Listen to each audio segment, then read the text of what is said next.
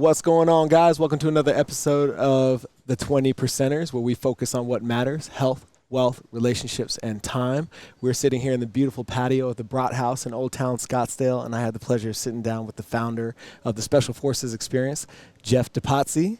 How are you, brother? I am good. Yourself? Good. Wonderful, wonderful. Your beautiful bride, Jess, coordinated this whole thing. She's sitting off to the side. You can't see her right now. She's next. And I did a little homework on you online, and you have made the successful transition from active duty military, serving in the Canadian SF, into real estate and entrepreneurship, and you now have an evolutionary process through the Special Forces Experience called The Process, where you take individuals through a period of really deep introspection to harness their mental rigidity.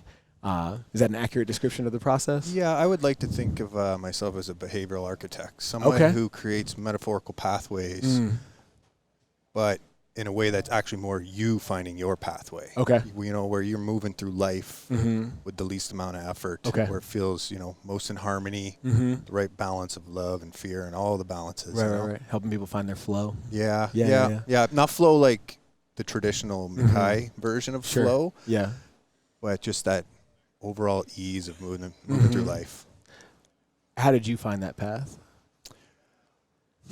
Well, it always takes work, right? Sure, yeah. You start off young, and you're kind of you're looking for it, and you're going really far left and really far right, and you discover a lot of things that don't work. Yeah. You know, you're figuring out transition through adolescence, and then you figure, okay, relationships. Where do I fit into the world in relationships? And then you continue to hone it, right? And the cycle gets a little shorter and shorter all the time. You figure out, no, that doesn't work. I don't need 10 paths to go this way, right? So it gets honed down.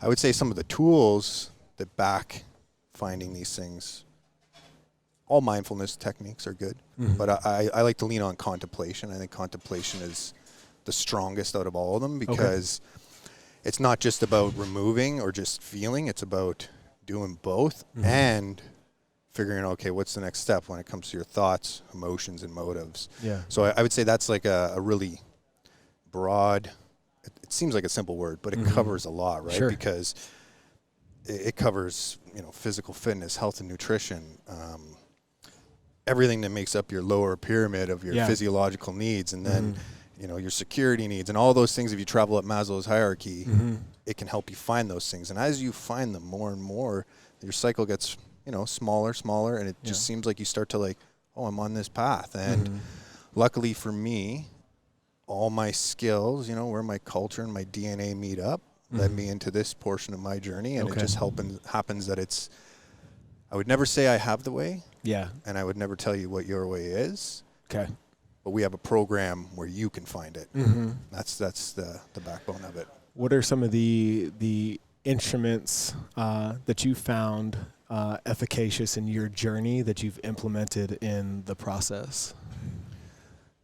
Well, I guess I'll hit back on some of the things I hit, but there's all kinds of views, right? There's very esoteric algorithms like religions and stuff that tell you how to get there, and psychology, the positive psychology movement. Everybody's got a thought there, right? I think you have to build up your base. A lot of people start with things like morning routine and all this, but people who are in the physical fitness space, I think, find it really well because they start training their body. Yep. And then they're like, okay, well, there's nutrition. Okay. Oh, well, now there's my mental game I got to improve. So you naturally fall upon this, and then you just usually fall into a place you love, which sometimes, and in your case, brings in business, and it does all these things, right? But about building up that base. Yeah.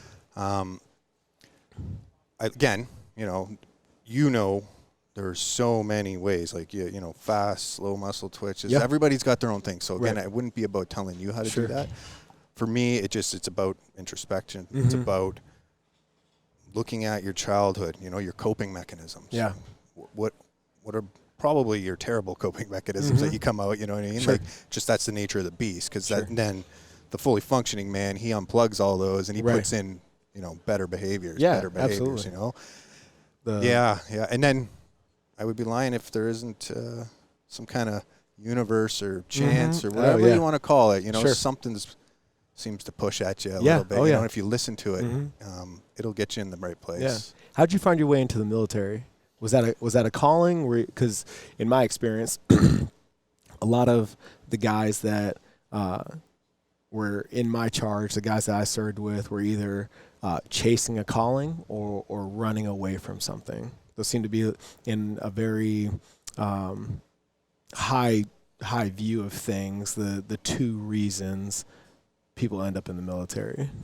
Yeah, I'd probably say both. Okay. And you know, okay. You know, when it comes to truth, it's never cut and dry, right? Yep.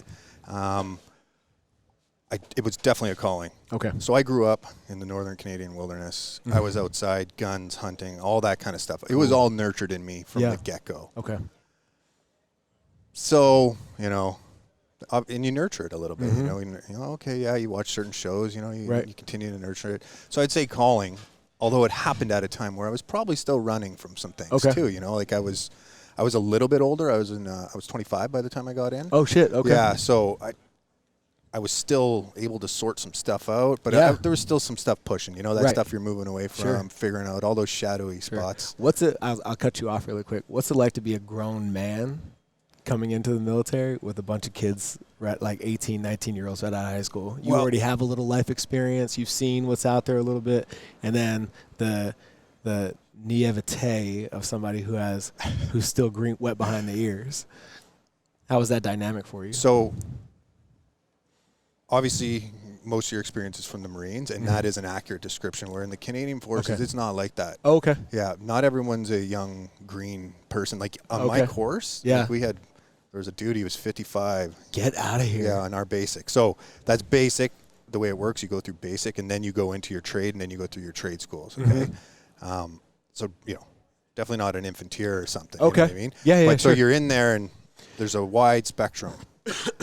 I could imagine, though, you know, all these like younger people, like, in full disclosure, at 25, I had a lot of stuff under my belt. You know, 4 years of college, I was a pilot. Okay. Like, there's a lot of things I did. Sure. But I was still pretty young, too. Okay. If I'm realistic, I would, you know what I mean? There's a lot of figuring out I had. But I could imagine that being quite the shock, being around all that many young dudes. Yeah. So at 25, you make the decision, you come on in. And then what's the selection process for SF? You know, comparing apples to oranges, our process versus your process. Well, yeah, so it is an apples to oranges. You go through you have to do a certain amount of time in the regular military or the reserves. Yep. There is no like X-ray program or anything like that where you can direct entry. Not in Canada yet. They should be coming out with something. Cool. Then you go through all the kind of psych testing. So, you know, you're saying about life experience and stuff when you were doing your recruiting trip. I'm sure you had something where if you went to school this long, there were some points. And then if you did this, there were some points. And if you had to face this, there were some points. And you add that up along with other things, you know, recommendations, all that. And then they say, okay, yeah, you can give it a shot. Okay. This first bit's actually quite effective at trimming away people. You know what I mean? Instead of having... we don't have the capacity to run the like 2,500 people a year like a Buds or something like that. Weed them out. Yeah, we get there. We just don't have that kind of capacity. So we got to start on a smaller scale, and then you go through what I would call a very psychologically demanding challenge. And what it is it uses something called undirected data mining, where they're looking for certain things to add up. Okay. Based on character traits. So everything you face has to add up to these points, add up. Okay. And it's a little different because we don't want to find the same guy. Sure. You want a group of individuals, you know, a team of individuals. So some guys are stronger in certain things, some guys are stronger in other things. You know, obviously all this stuff, you got to be physically fit, you got to be emotionally stable, you got to be mentally resilient. But those are, you got to be that, and then you go, and then you see, okay, well, are you this, are you this, are you this, are you this? It's not as long as some of them. Yeah. It's 7 days. Okay. Okay.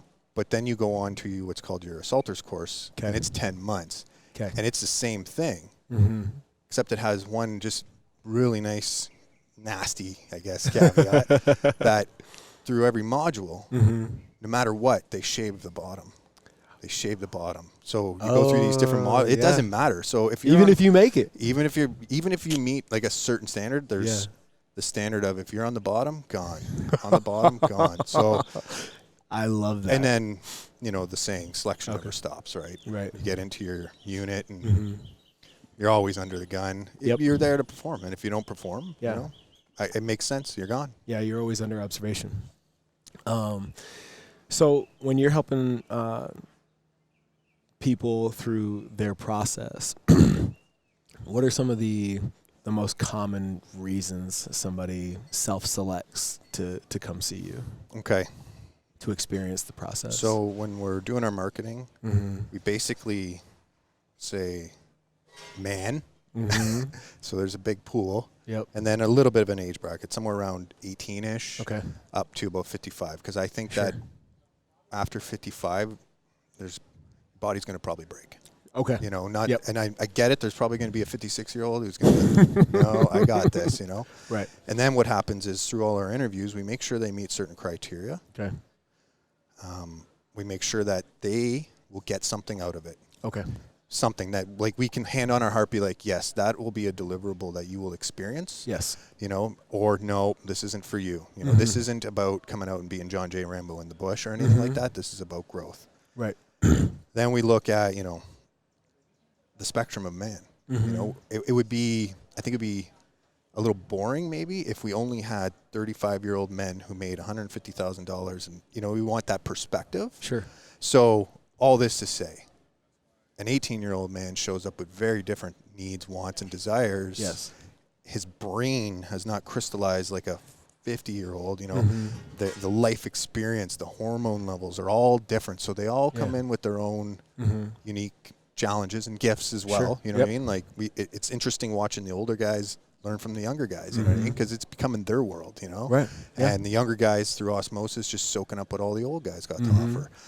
But if I was to like pinpoint a few to give you some specifics instead of just talking around it, let's think about this. We talked about young guys really bouncing around that path, really looking for it. Yep. But they know there's some tricks, They know, what? There's some algorithms. There's some truths out there that I could live by, right? Through mentorship or, I'm sure lots of it would just come through good parenting. Yeah. But a lot of people aren't getting good parenting, so they're looking elsewhere. Okay. The older guys, they're usually close to figuring it all out. Some of them it's maybe they just understand the power of, we talked about post-traumatic growth, where you put yourself in a challenging adversarial, like a situation that has a lot of adversary to it. Yep. You usually come out on the other end stronger. Statistically, you do. Like, right. If you don't, the other side of it, PTSD, that's much lower, way, way lower. And there's a whole bunch of science that we know can prevent that path. Well, and, what nobody's talking about, as we alluded to before we got on the mic, was there's so much focus on PTSD, and almost nobody's talking about post-traumatic growth. And if you look at us as veterans as a whole, there's way more of us that come out of the military experience, specifically OEF, OIF, with really magnificent tools as a result of that experience, so that we're able to go forth and do productive and great things, than the guys that are unfortunately having a really hard time out here. Yeah. And it's interesting that that the process is committed and devoted to this bigger picture of post-traumatic growth, becoming anti-fragile, becoming mentally resilient as a result of going through some intentionally hard shit. I've had people ask me recently, the Marine Corps just celebrated our 244th birthday, so my social media has just been blowing up with remember this, remember that, and crazy stories and all these wild nicknames of these unicorns that nobody's ever met before, and like, who's that guy, and blah blah blah. And the way I describe those relationships as a result of that experience, and having seen each other what I call emotionally naked in a controlled but environment that is chaotic and just chock full of adversity, there are things that I don't have to discover about you because I already know. Mm-hmm. And that's what makes that relationship so rock solid. Yeah. There's so many factors to it, right? Yeah. It's such I love this topic. That brotherhood, that bond, but that built-in support network that a lot of people might look at from the outside as a little bit irreverent or whatever. You go through something hard and then you're smoking and joking, but it's like this own really beautiful support system that really keeps that machine nice and oiled. You know, if you didn't have those things, that's when things would start getting squeaky. And then the stuff that happens in the brain when you suffer together, when you go through hard things as a team. Yeah. Oh, the bonds that can build. And like you said, the things it tells you about that person, you're like, you know what? I know he's got this trait, this trait, this trait, this trait, just because he made it through basic. And then if he goes a little more, a little deeper, oh, he's made it through a combat tour. I know these things about him, you know what I mean? And obviously with people, it's never 100% written in stone, but you can definitely extrapolate a lot from the experiences that bring. There's no education on it on earth like it. That's I speak to a lot of young men looking into the military, you know, and it's hard to say don't do it on one hand because you can't do that anywhere else. Sure. No other job that you go and hunt people. Right. You know, you could cop is kind of close, but really you're always a cop, you know, like so to say no straight up is always a challenge, although it's not the perfect thing either, you know what I mean? Well, I had a kid come in to the gym not too long ago, just finished his collegiate baseball career, and he's like, I'm talking to the officer recruiter. I want to be a ranger in the Army. And I was like, okay, that's cool. And it's interesting talking to people who want to pursue something great, but they still don't really understand how great what they want to pursue actually is. Because knowing what I know about the recruiting process now, having been a recruiter myself, the preconceived notions people have about the military experience, specifically any and all things special forces, nothing's guaranteed. So the question you have to ask is, are you okay doing the deal if you don't get selected, if you don't make it? Because that's also very real. And statistically more likely. Sure. Yeah, I think so. The SFE, we've redefined a few things, and one of them is purpose. Okay. So purpose, you know, everyone has a version of what purpose is. For us, purpose is the same for you. It's the same for me. To be the most high vibrational self, your version of yourself, in tune with your identity as much as you can, because it's obviously changing all the time. Then you look at life's work, what you want to do for the greater good outwardly. And lots of times includes employment, you know? Right. So you have a lot of these guys, they come in, they have no identity. They don't know who they are. They're like, I want to go this way because it looks shiny. They start going that way, and then they end up, you know, cleaning latrines versus being a tier 1 operator, or they get through on the other end, and they stop, and they're like, wait a minute, this wasn't my route. Yeah. I've just spent 7 years doing something I shouldn't have did just because I thought if I just force my way that way, I'm on the good path, you know? And that's kind of circling back to the PTSD, like obviously the big issue comes from veterans.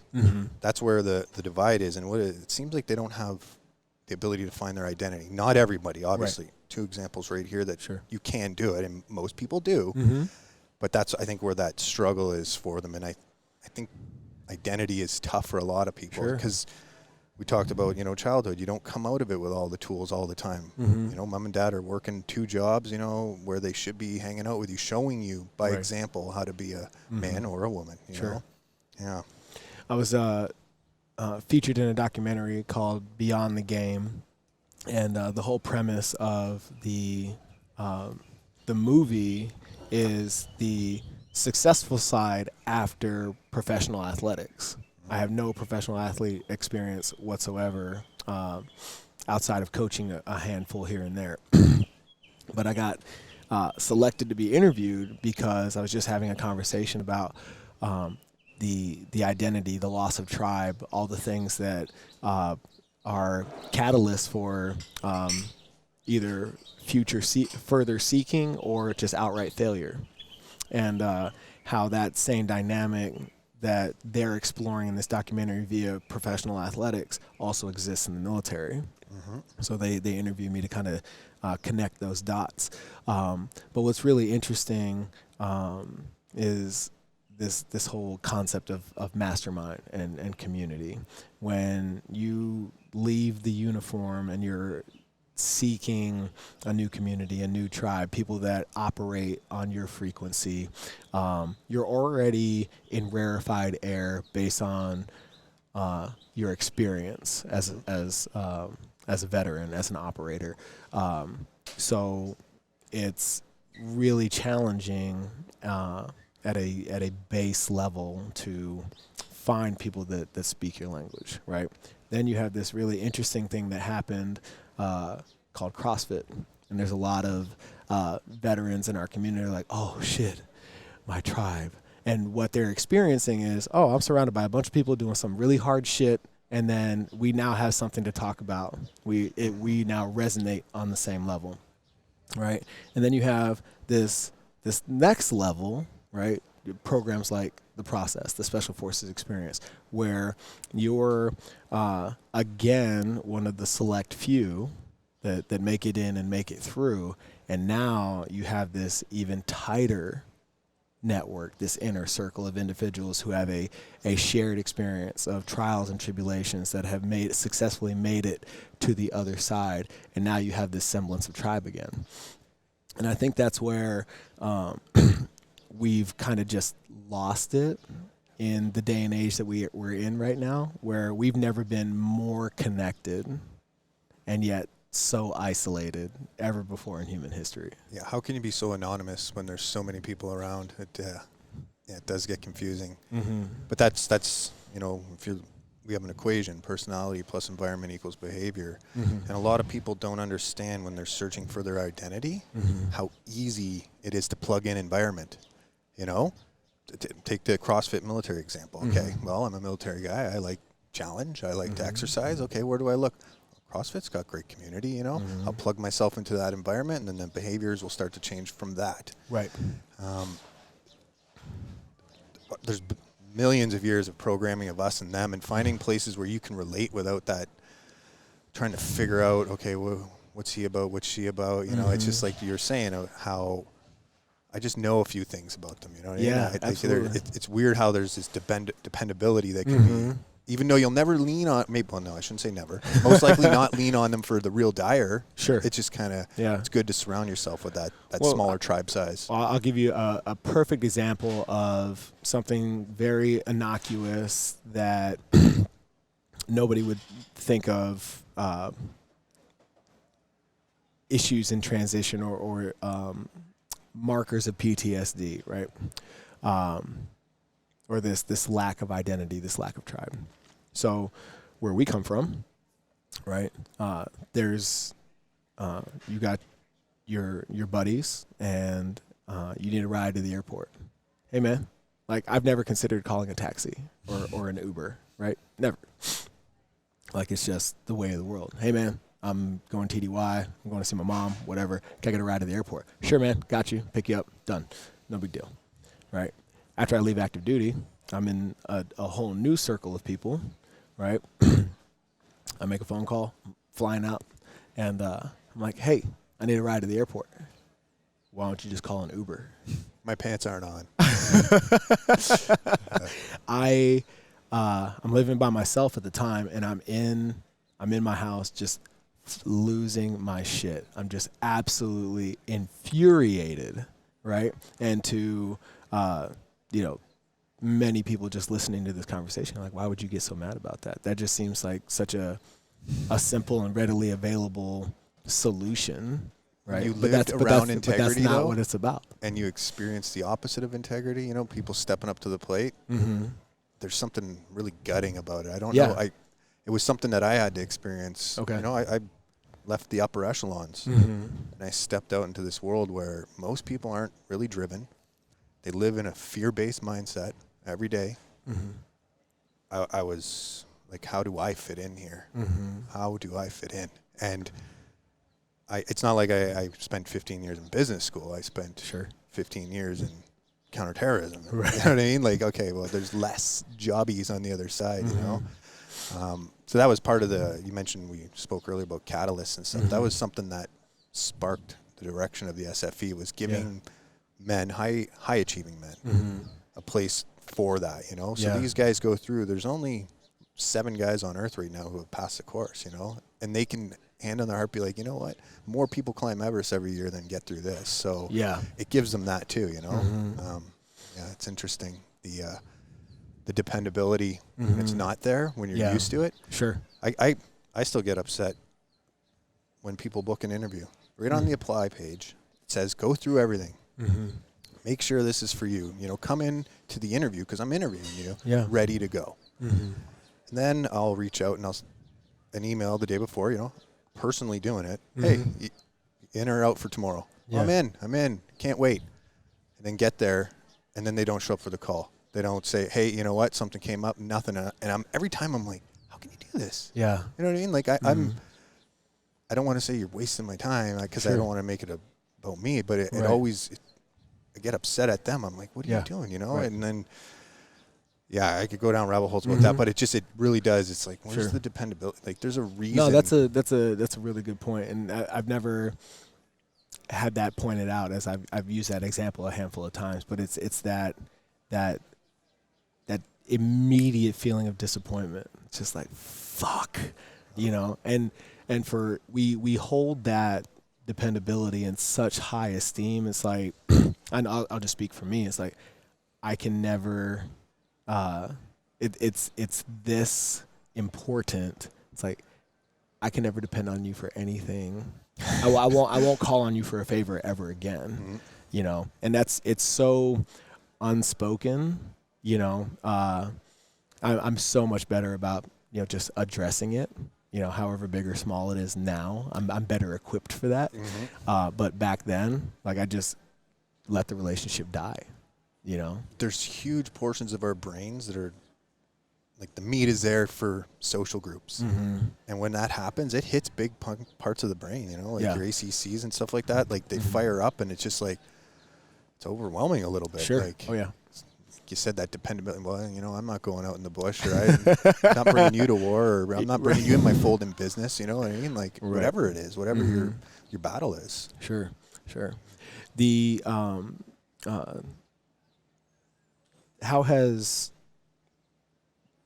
putting those 7 people? Well, how many people have started the process? So 37 finished. Okay. 1 serial so far.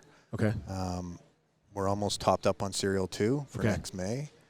And that's our. How has putting men through this process made you a better leader? So, I spoke of osmosis earlier. When you watch people do extraordinary things, or the opposite of extraordinary, where you see it and you're like, no, that is not the way. You know, just seeing it, you know, learning from their hard lessons learned. Sure. Because there's a lot of interpersonal dynamic that starts to happen. Throughout this. It's an individual journey, and then obviously nobody's alone on this planet, so we put them into a lot of team stuff and figure out those things. Watching them, just watching them, I soak up all kinds of stuff. I learn more humility all the time. And when it comes to truth, any argument of truth, you know, getting to see swaths and perspective of people performing at these levels and drawing out that, just to hone my truth in a little bit more, you know, to understand it, to understand the range of it, because it's one of those things you start to learn more about, and then you realize that it's bigger than you can imagine. You know what I mean? It's so complicated. There's been a lot of, like, other kind of side things, you know, learning more about business and that kind of stuff, like just pure business world stuff that I don't really go too much into. It's more of a byproduct of all the things that I love doing. Right. I patience, you know, all of them. Every little bit of me gets honed, watching, doing, learning. And then I get the privilege of sitting down with all their files and then looking at it all. Sure. And then almost every time, if you see something that's a little negative, you could be like, you could see yourself in it. You know, you're like, you know what, I do that a little. That projection. Yeah, you know, I could hone that. I could hone that. Or, wow, he does this really well. Yeah. I'm gonna.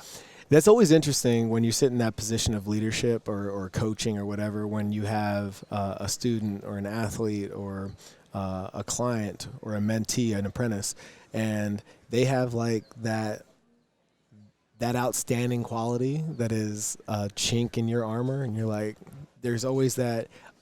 I come at it from a position of pride where I'm like, I know that I'm working with the right person when they have that. I'm helping them build all these other things, but they have that one thing that, because of who they are, makes me better. It's best to double up, right? Mm-hmm. You're in the coaching position, you're helping them, but they should be elevating you. Absolutely. That's how it, there's always a nug. Mm-hmm. You know, you talk to the weirdo homeless guy who's like, blah, blah, blah, blah. Like, oh, okay, there's a deep grain of truth in that. I didn't have to become homeless to learn that, so that's really great. You know? Yeah, right. Do you think that there's a point in life where it's too late's not the right word? The experience of the process doesn't serve you in terms of how fucking hard it is, right? Because there's this thing that I call the dark place that you've experienced, I've experienced, where you become broken, right? You become disassociated with who you were prior to this experience, and now you have to build all that shit back up and into a hopefully better person than the one that was broken. Do you think there's a point in life where like that discovery, because it sucks so bad, that discovery doesn't serve you? So yeah, we call it stemming your stream of consciousness. Okay. So when you show up, we'll purposefully drain you of your hormones and neuropeptides, all your regulating functions. Yeah. So that's really what's left is the raw meat of your brain, and it's working off that. Okay. And that forces the lizard brain? Well, we slowly, tire the prefrontal. You can't shut it off, but that's the idea is you get more into the realms of your true natures. Mm-hmm. I think that can always serve you. Okay. It just depends on how it shows up, Sure. What is it? The root of self-transcendence is suffering, but, sure. the root of suffering is suffering. So at what point is it like, okay, no more needed? Mm-hmm. I would say, yeah. So I'm sorry, I'm kind of bouncing around here a little, but it's just sometimes it's about climbing the mountain, and sometimes it's about not climbing the mountain and realizing that you can get just as much without doing it, right? Yep. And so in a short nug, yes. But I don't think you should – there's no one who's got it perfectly figured out, so you should be cycling through these like I think the Buddha said, self-transcendent is the key to happiness. Mm-hmm. Constantly overcoming yourself, living not without fear, because I disagree with that. I think following your fear is some of the best advice you can do. Absolutely. You know what I mean? It tells you, hey, you know what? Approach with caution, right? Yeah. However, there's probably a point where, and that's why we say about the 55, because guys have lost a lot of their tests, and it's not that they don't have the same kind of drive. It's just their body's not going to be able to recoup all the losses as it goes. It'll hurt itself probably too much, and it varies, right? Like some guys are going to be way better at it. Yeah. So I say no. You should cycle. Okay. Physical pursuit just to destroy your body, definitely no. Okay. Definitely no. I had a... yeah, we got there. Yeah. No. I mean, because I had a guy killing it in business, mid-40s, really athletic, great shape, big house, wasn't hurting for nothing, beautiful kids, the whole thing, right? He's like, I'm going to go do the Kokoro. And I was like, you don't have to, man. Like, don't do it. Like, you don't need to, like, you don't need to discover that dark place. Like, there's other ways that you can do it. Mm-hmm. And sure enough, he goes out there and he fucks himself up early. And it's not the fact that he hurt himself that's the bad part, but he hurt himself early enough that he never got to discover the dark place because he was physically unable to push himself to that point, right? That's kind of the root of the question. Yeah. So is there where does the transformation typically occur? During or in the aftermath? So we mentioned post-traumatic growth. Mm-hmm. So the way the process works is 4 phases. Phase 1, phase 2, phase 3, phase 4. Mm-hmm. And what we're trying to build is your own algorithm, okay? So phase 2 teaches you how to prepare. You know, the military has been doing this forever. You want to be in battle, you sweat in training, right? Whatever that training is. Usually it's physical, but mental, all it's psychological, self-development, okay? So what we try to do, or what we do, is we deliver the tools in phase 2 after we've picked them to show them how to audit their lives, how to get introspective, how to contemplate, all the mindfulness stuff, because some guys have it, some guys don't. Sure. It's always good to revisit. Right, absolutely. Then we put you through the stressor, you know, the second part of the formula. Okay. Then afterwards, you move into what's called the trials phase, phase 4. So transitioning from phase 2 to phase 4, there's a decompression. You're familiar with this term, right? From the military, you go on tour, you come home, you go through a decompression before they release you on your family. And it's to help that psychological rigidity, right? Your amygdala has been firing for months, and now it just needs to calm down a bit. You got to, you know, make sure you're not introducing yourself to, you know, hedonic endeavors like drinking and drugs, because that'll just compound it. So it gives you the tools, right? And then I think the real ROI is done in phase 4, where you're like, okay, I knocked on that door, that black door, you know, I opened it up and I punched the dragon in the face. You know, I did that portion. So what did I see there? Okay, now I need to know how to psychologically and physiologically self-coach and program myself to adapt this behavior and change, right? And the idea is that they can cycle through the post-traumatic growth cycle, and then this smaller, tighter one, the trials portion. It's 12 weeks. I won't get into the details of what it is. Don't give away the secret sauce. And so that's kind of how we do it. Okay. Is there... It sounds like this is one of those, there's like requisite literature that comes with this. And if there isn't, what are some of the empowering books that would kind of facilitate this mindset that you've read? Well, first, during their interview, their reading lists are asked. Oh, right on. So whether it's through audiobook or end podcasts, whatever they get their content from, right? If they tell me that they're getting their content from, I won't say something, but TMZ. You know, it'll start to tell me about their mindset. You know, if they're like, I need that as my release, whatever. But then you start really digging into what they, you know, the high-end fiction books that are just loaded with allegory and metaphor, you know, and parables, and you know, the cutting-edge psychological self-help, self-development stuff that's there. Is there anything that shows up on those lists all the time? Yeah. The Bible, interesting enough, and not from a Christian standpoint, but again from the storytelling, the metaphor, the deep lessons that humanity continues to struggle through. You know, the balance is good and evil, and love and fear, and all of them. Right, that's all in there. So they realize they've moved to the point of like, okay, this is from before, but it's got a lot of good stuff.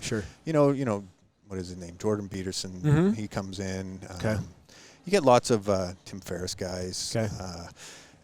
It's just whatever they can find that seems to be on that cutting edge. They're looking for those tools, right?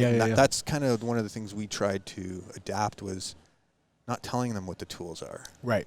How do you live in your own natural cycles and rhythms? You know, what's best for you? There's a lot of the younger guys, like a lot of the Mark Devines and the Jockos and stuff like that. You know, they're looking to be into the military. They're looking at that stuff. Yeah, and the older guys, you start getting into like things like Ishmael and in that realm, you know what I mean?